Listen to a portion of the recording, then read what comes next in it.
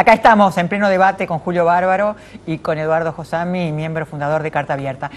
El tema era, en el kirchnerismo, dentro del kirchnerismo y fuera del kirchnerismo, ¿se permite el debate, se permite el disenso?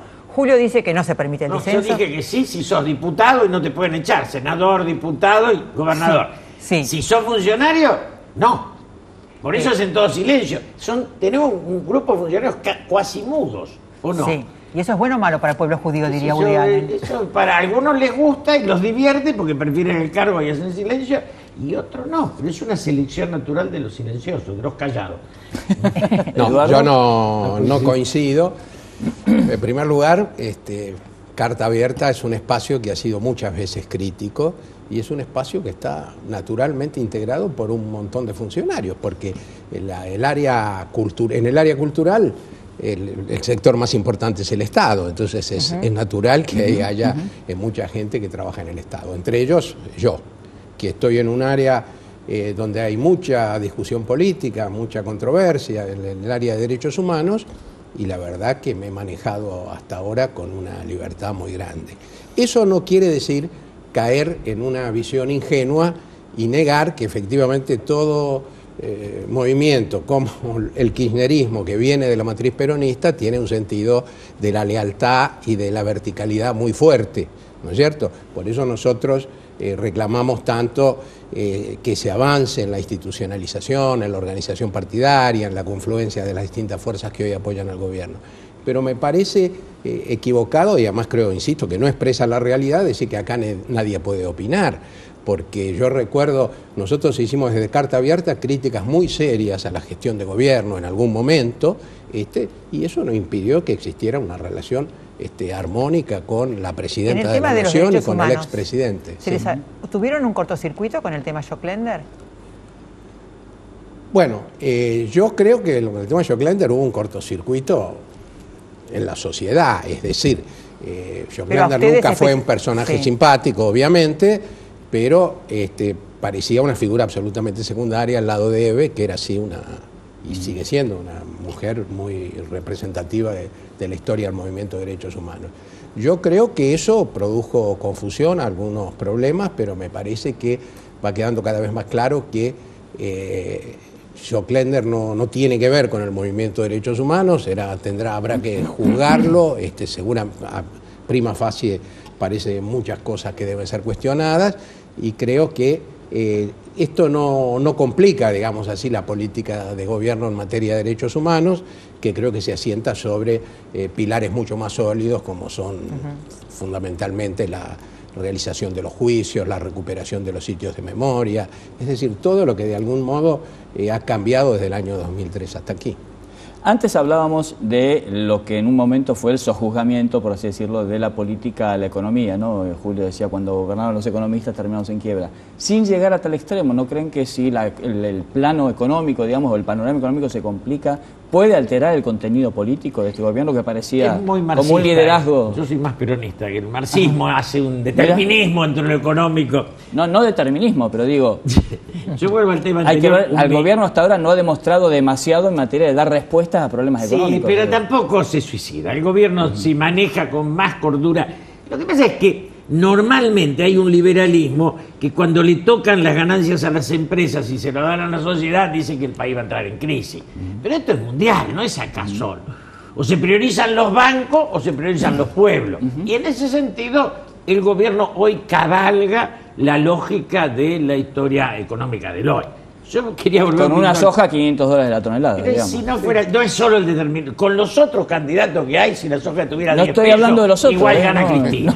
Digo, y soy opositor. Pero no es ese determinismo, es como los medios. Cuando los medios están en contra, todas estas cosas condicionan. Yo quería decir que yo fui candidato por Néstor y Cristina, senador por Capital, y eran tres fuerzas y decíamos que Corach manejaba y por eso ganó.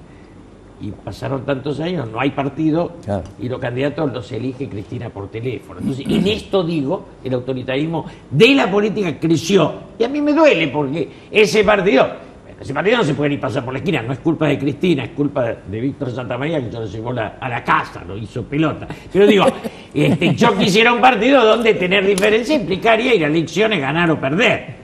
Y no esta cosa de aplaudir, porque son los mismos que aplaudían a Menem los que hoy aplauden a Cristina.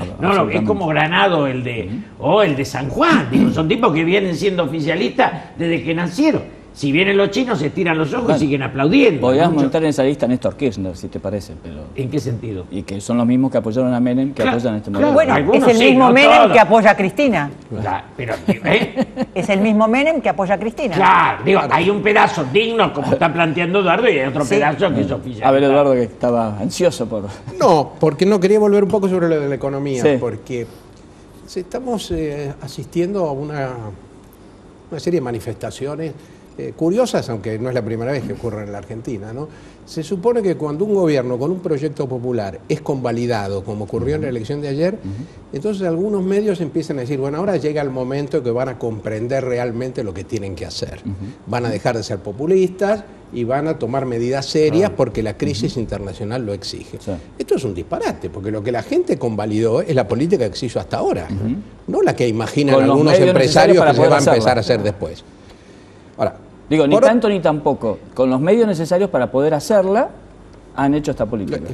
Exactamente, sí.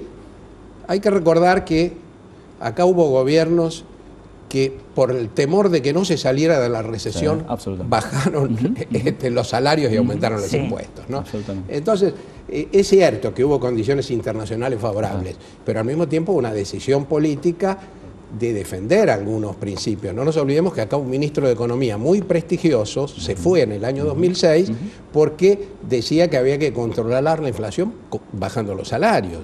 O sea que no es simplemente una especie de piloto automático Claro. que fue acompañando las condiciones de la economía internacional. De cualquier manera, uno puede decir la situación internacional no va a afectar la política económica en la Argentina. No lo puede decir. Deseamos todos que condicione lo menos posible.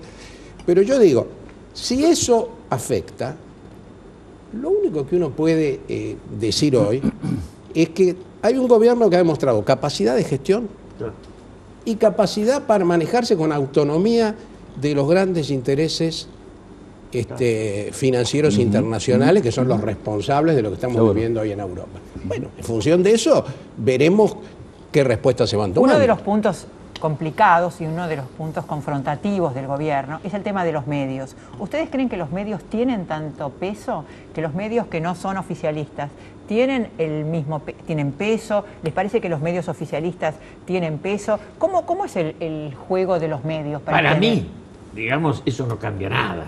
Yo creo que sí, había una exageración de los medios privados. Es decir, la democracia empezaba con la riqueza para comprarse un medio en Argentina. Esto sí era así. Sí. Pero en alguna medida, como todos los medios eran conservadores y siempre ganábamos los peronistas, tampoco esos medios conservadores pudieron nunca poner un candidato. Es cierto. Entonces, es cierto cómo eran y es cierto cómo incidían poco. Creo que en eso. Yo iba al anterior, oí una frase de Bussi muy interesante que dice que hay que achicar las ganancias de las privatizadas. Y esto es uno de los temas que me parece clave, ¿no? Porque es decir, acá el tema, ¿por qué hay tal fuga de dólares? Porque lo que hizo Cavallo es darle todos los ingresos a empresas que se llevan la ganancia. Esa desnacionalización da esta fuga. Y lo que hay que volver es a cierta política de recuperar empresas y darle un límite a algunos que se llevan. Bueno, eso es lo interesante, ¿no? Lo interesante de esta gestión ha sido la economía estatal, de cómo el Estado ha claro. recuperado su rol. Me parece que eso es hacía años que no ocurría, Y lo ¿no? aplaudimos todos. Así es. Los Sí, medios. Respecto a los medios. A mí me parece, por un lado, evidentemente no ganaron la elección ayer los grandes medios, sino que la perdieron. ¿Quién Y era el esto- candidato de los medios para ustedes? Bueno, uno podía decir que, por ejemplo, Clarín lo trataba demasiado bien a Duhalde, pero yo creo que los periodistas de Clarín, de políticos, son demasiado inteligentes como para no haberse dado cuenta que Duhalde no podía ganar. Entonces es bastante difícil decir hoy quién era el candidato. Lo que es seguro que se trataba mejor a cualquier candidato opositor que a la candidata del gobierno. Pero yo digo, los medios no ganan elecciones, pero ojo que esto no nos lleve a subestimar la importancia de seguir avanzando con la democratización de los medios, con la desmonopolización, con la aplicación plena de la Ley de Servicios Audiovisuales, porque me parece que tiene que ver con una democratización cultural mucho más amplia, que no pasa solamente por si gana el candidato de los medios o no. Por suerte hay una tradición política en la Argentina, un nivel de conciencia, de participación que hace que cuando hay proyectos políticos claros que defienden los intereses populares, los medios no pueden impedir que ese resultado los convalide. Pero los medios pueden, o mejor dicho, la concentración mediática puede seguir impidiendo y dificultando otras cosas. ¿Y no se está yendo una concentración del otro lado? Una diferencia. Yo digo, si la ley hubiera sido peronista, hubiera cubierto lo que nunca, el gran defecto argentino, el que no paga no ve televisión. Como la ley tiene una impronta de izquierda, es contra los más grandes. Digamos, es contra el empresario. Pero hasta ahora, esa ley, la que vos defendés, y yo no coincido, no cambió el mapa de los medios de los humildes. No le dio televisión gratis y después dio 1000 micrófonos, pero no 1000 voces, porque, digamos, en serio, creo que hasta el momento lo que falta es televisión gratis para los que no pueden pagar. Y eso no hay. Bueno, la televisión satelital, ¿no? Es el proyecto que va por ahí. No, la realidad es que no. Bueno, es un proyecto que ha avanzado, además tenemos el fútbol para todos, por ejemplo, que fue un cambio bastante Pero eso no fue por la ley, Eduardo, eso es anterior a la ley. Bueno, pero fue hecha por el mismo gobierno que impulsó la sanción de la ley. Sin discusión. La política avanza en ese sentido. Pero hoy no hay más medios oficiales que opositores. Bueno, medios oficiales estamos diciendo medios que defienden al gobierno, no medios del Estado. Sí, sí. Bueno, afortunadamente hay algunos medios que defienden al gobierno. Me parece que no son más que los otros, y sobre todo si los contamos por la cantidad de lectores o la cantidad de audiencia, me parece que todavía siguen siendo bastante menos, ¿no? Y el oficialismo nunca se va a quedar con mucha audiencia, ¿no? Las audiencias siempre son contra el oficialismo de turno. Pero ¿y no están gastando plata además, entonces? Él tiene que ver con la parte económica. Él está muy Claro, preocupado por el dinero. Antes la gastaba. Ni tiempo argentino, ni el argentino, ni ninguno Yo voy a decir existiría si no fuera por la una publicidad cosa que estatal. sí digo a favor del gobierno. Los que no estábamos a favor de las privatizadas no teníamos ningún aviso. Con lo cual no podíamos opinar. Lo digo, yo fui periodista, decía abajo la privatizada. Entonces, el Estado cubre el espacio que los intereses y los negocios dejan vacante. Y eso está bien. Les agradezco a los Gracias dos. por estar. Muchísimas gracias. Nos vemos la próxima. Chau, chau.